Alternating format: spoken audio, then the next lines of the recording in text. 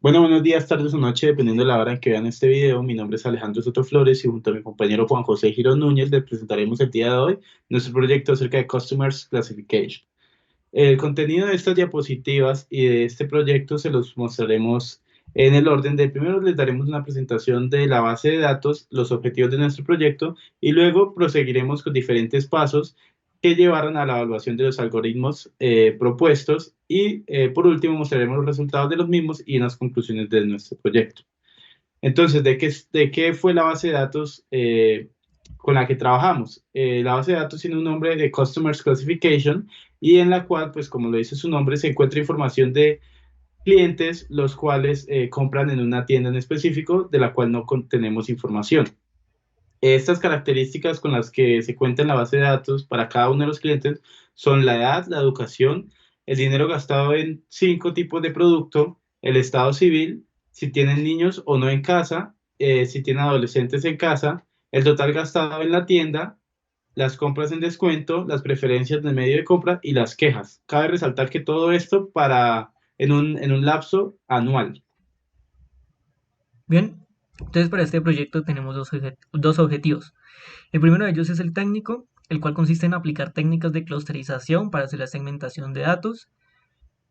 También realizar un análisis descriptivo de la base de datos con el fin de obtener información preliminar del comportamiento de los datos o de los clientes en este caso. Y también realizar un modelo de Machine Learning, el cual me logre predecir el comportamiento del cliente de acuerdo a unas características de este. Por último, el objetivo de negocio es poder ayudar a las compañías de manufactura y servicios a predecir el comportamiento, gustos y elecciones de sus clientes, basándose en ciertas características de este. Esto con el fin de poder enfocar su proceso productivo en cosas que el cliente considere de gran importancia en el producto, logrando así aumentar sus ventas y reconocimiento dentro del mercado. Bueno, en primera instancia, realizamos una limpieza preliminar de la base de datos, cambiándole los nombres de las variables al español para pues, que esto fuera más fácil de trabajar a lo largo del proyecto. Asimismo, se eliminaron ciertas columnas, las cuales pues, puede que no tuvieran relevancia o que no estuvieran muy acorde a los productos vendidos en la tienda. Pues se eliminaron las de dinero en oro, las compras en ofertas y las quejas. Asimismo, se agruparon las edades en dos grupos, los cuales son adultos y de tercera edad, siendo los adultos aquellas personas que llegan hasta los 50 años y los de tercera edad los que superan los 50 años. Y se eliminaron algunos datos con respuestas ilógicas para la variable de estado civil. Empezando ya con el análisis descriptivo, en una primera instancia se realizó un conteo por medio de diagramas de barras de cada una de las variables y de cada una de las personas en las que se contenían en la base de datos, encontrando así que la mayoría de estas son adultos con una educación de graduation, casados, sin niños en casa y sin adolescentes en casa. Prosiguiendo para este análisis descriptivo, se realizaron unos diagramas de caja y bigotes en los cuales se comparaban diferentes variables. Inicialmente se realizó un diagrama el cual comparaba la edad con los diferentes dineros gastados en productos de esta tienda, encontrando así que aquellas personas de tercera edad son aquellas que gastan más dinero en la tienda y hay una gran brecha con respecto a los adultos en cuanto a los productos de vino y pescado.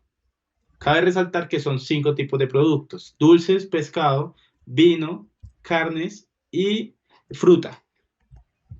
Luego se prosiguió con más diagramas de caja y bigotes, pero en esto se comparaba el total gastado con las diferentes variables cuantitativas y cualitativas, encontrando que aquellas personas que más dinero gastan son los de una educación de posgrado, viudos de tercera edad, sin niños en casa, pero con dos adolescentes en la misma. En tercera instancia se realizó pues nuevamente un diagrama de caja de bigotes, pero en el que se comparaban las diferentes variables con respecto a los ingresos, encontrando que aquellas personas que más ingresos tienen son los que cuentan con una educación de posgrado, viudas de tercera edad, sin niños en casa, pero con dos adolescentes en casa, pues creemos que estos aportan a estos ingresos. Para complementar lo anterior, se realizaron pruebas de ANOVA y Tukey, pues para poder evaluar si una categoría de las tantas variables categóricas que hay tiene más influencia que los otros niveles.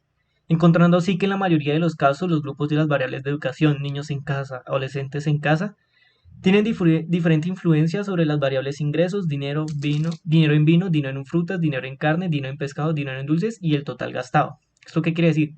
Que puede ser que una persona que apenas haya hecho educación básica tenga menos gastos en promedio que una persona que se graduó de la universidad. Además, los diferentes grupos de la variable de niños en casa tienen el mismo patrón para todas las variables cuantitativas. El no tener niños en casa influye de diferente manera los ingresos y el dinero gastado en los diferentes productos. Bueno, pues también se quiso hacer unos diagramas para ver cómo se comportaban las variables entre sí y asimismo para ver si había una segmentación de datos. Y pues por lo regular, la relación entre todas las variables seguían esos tres patrones, teniendo como conclusión que no había ninguna segmentación clara entre la relación de los datos. Luego de este análisis exploratorio se hizo el tratamiento de los datos atípicos.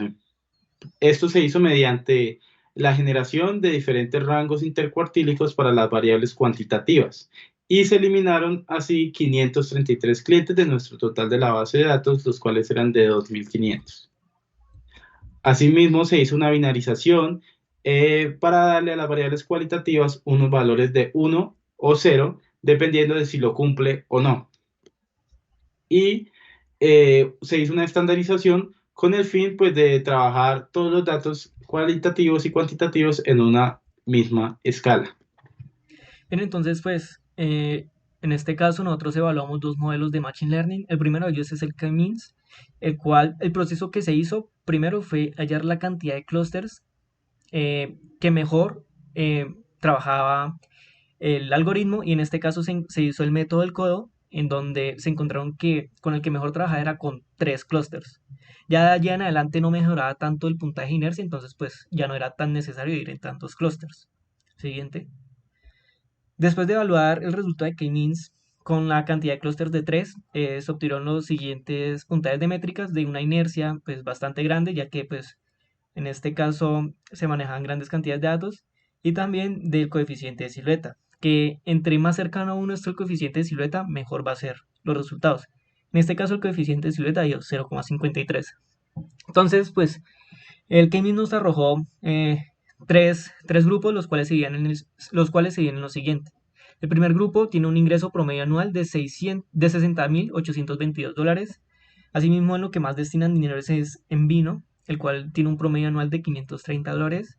Seguido, en lo que más gastan dinero es en carne, con un gasto promedio anual de 189 dólares. El segundo grupo tiene un ingreso promedio anual de 25.080 dólares.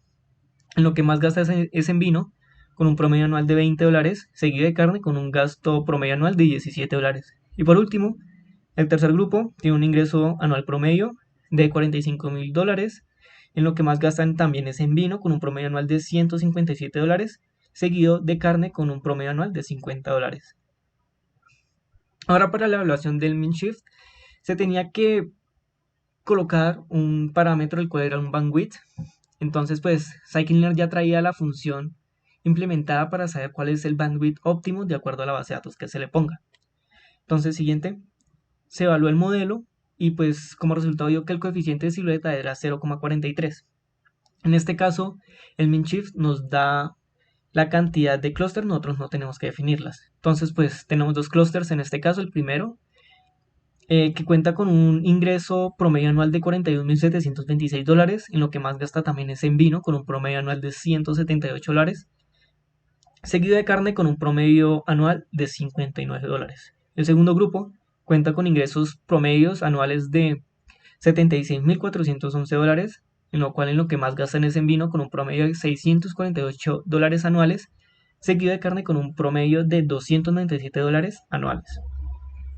Como resultado, mirando las métricas de ambos modelos, se tiene que el mejor modelo es el K-means, ya que tiene un coeficiente de silueta mayor, más cercano a 1, y pues que en los productos que más gastan es en vino y en carne.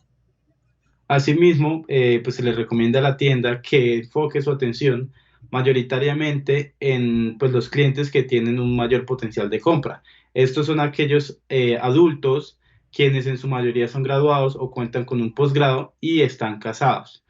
Asimismo, el número,